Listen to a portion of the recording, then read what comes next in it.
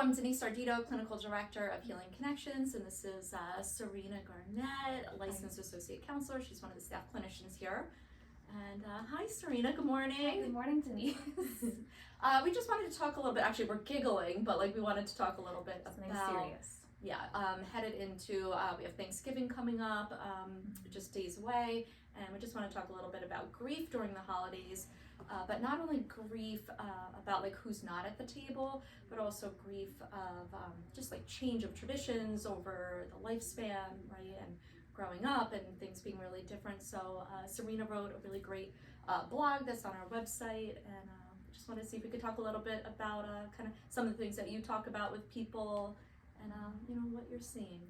Well, I specialize in relational trauma, Denise, and so a lot of things that come up are difficult family systems and a lot of traditions and who wants who to be at Thanksgiving, what place we go to, and also how different it feels every single year from when you were a kid and things felt exciting, like a Hallmark movie, like you got to get out of school early, and now as an adult you really don't get to have that. There's kind of more of a grief that kind of sets in. We're going to be going to Thanksgiving. I know for me too, there's going to be one less person at the table. So just kind of sitting with that, and how do you make space for that person and that memory, while also still not getting lost in it too, which I think is a really important piece that comes up for us. Right. So honoring that loss, but also finding some way to not have it be all about loss. It also depends, if it's due to some kind of separation or death, right? And it's something super recent. Of course. Obviously the feelings might be a little bit more difficult around this time. But I guess going back to that, there's that when we talk about somebody leaving the table recently, there's kind of acute grief, but then there's also kind of a year after year long progression too, of just it doesn't really feel exciting. It feels like something's lost. Right. Just the idea of change, right? Things being really different. I think, and then as we're adults, right, we lose that magic of some of the season sometimes. And I know just feeling really torn between where do I go, right? And then when people get older and they get married, then it's you have to split the time sometimes between family members, and the holidays also sometimes really highlight the complicated relationships of where maybe you don't want to go but feel obligated to go. You have to drive the hour and a half up north to go see your parents and your extended family members. But also who do we not go and see too? For instance, a lot of my family is in the South, my husband's family specifically, and it's a lot harder to get to them than it is to go up to the Poconos, right? So it's hard, because you always feel maybe there's the seasonal feeling of guilt and sadness, but also I could be doing more. I wish I could do this or I could do that, and so you're talking about the carrying of shame sometimes, and not being enough, or not feeling like you're doing enough or doing the right thing by so many people, and there's so many expectations that everybody else has. Yes. And that's really hard to negotiate within. Right, having a Hallmark-esque holiday season. It's there's a lot of expectations. I mean, I also love those movies too, but they're usually not real. No, they're not real. There's a fantasy. Maybe as a kid you had this fantasy of how things were and it felt like that, and then as you grow up it's on you maybe to create the fantasy, and that's really... It's a lot of pressure, right? Who's making what? Whose recipe? Right, gifts giving, and who gets this, including everybody. I'm in the process of writing cards right now for us. It's a lot, and I try to make it nice. And I guess that's even to the point, you try to make it as nice as possible, but it's hard. It's a really hard burden to have on you, I think, to be the person that's trying to really drum up a lot of enthusiasm and be cheerful, even when things aren't that cheerful. There's a lot of complicated feelings that come up. So in your blog, you talk a little bit too about some of the ways to move through the holiday season, right? So we're talking about some of the just really normal feelings about change and things being different and loss and pressure and expectations, right? And being able to sit with emotions. I think we talk a lot about that with people. Right. That's the ability to sit with and honor just what we're genuinely feeling.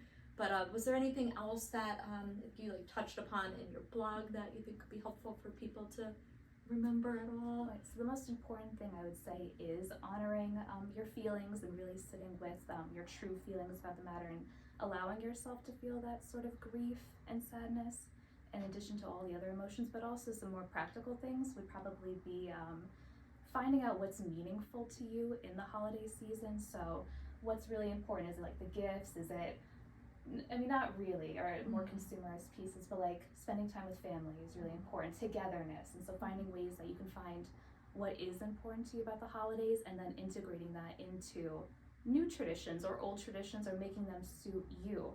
And a second thing would be, you know, with the grief that comes from maybe not having people around that used to be there or dealing with change, maybe finding a piece from your past that really felt special to you and making it in your own way. So if for instance, like a beloved family member had a recipe that you really loved, you can always carry that into your current Thanksgiving or your current holiday celebrations, but maybe you can make it in your own way, like a way to have more of the way your family likes it. For instance, instead of maybe this recipe that was, nobody really liked it as much, but it was just, that's what we had, the turkey soup, that was what it was for me, that nobody really liked. I think I even mentioned in my blog, but maybe you can make it into a little bit more of a way that suits you. So just trying to find ways to personalize the holiday to you instead of just focusing on the past and what it once was, and that'll never be as good as it was. It's about making it suit you, modern day. Right. And you know, just to speak to just the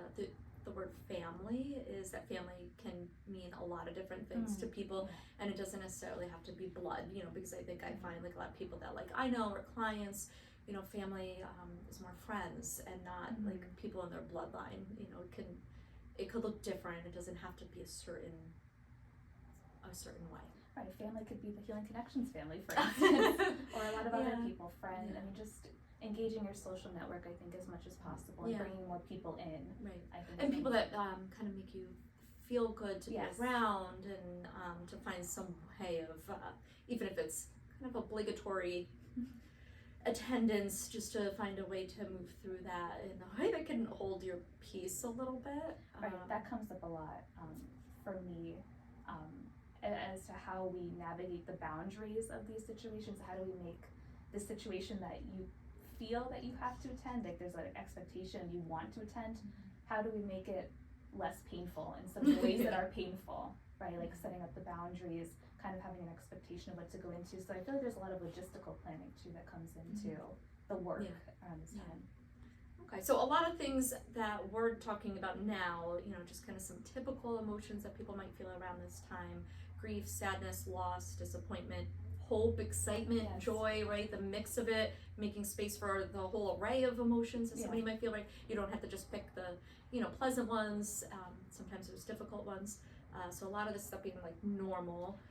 But I think if people are finding themselves having a really hard time moving through this holiday season, you know, we have a lot of clinicians here at Healing Connections. We're in network with Blue Cross and Aetna. If you find yourself needing some support of somebody not in your friend or family circle, that you can have that space to be able to speak your truth into the room. We're here, and you know, we have immediate openings, and you can meet with one of the great clinicians here. So, thank you for your time. Thank you so much for your amazing blog. We'll put a link to it so people can read it. So thank you.